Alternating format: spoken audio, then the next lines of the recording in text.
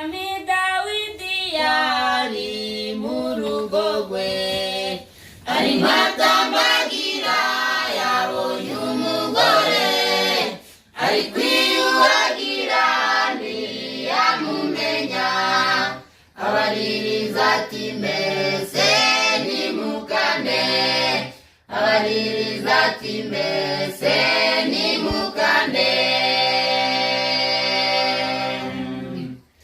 Umwami Dawidi yari mu rugo rwe, arimo atambagira yabonye umugore, ari kwiyuhagira ntiyamumenya, abaririza ati mbese nimukane, abaririza ati mbese nimukane.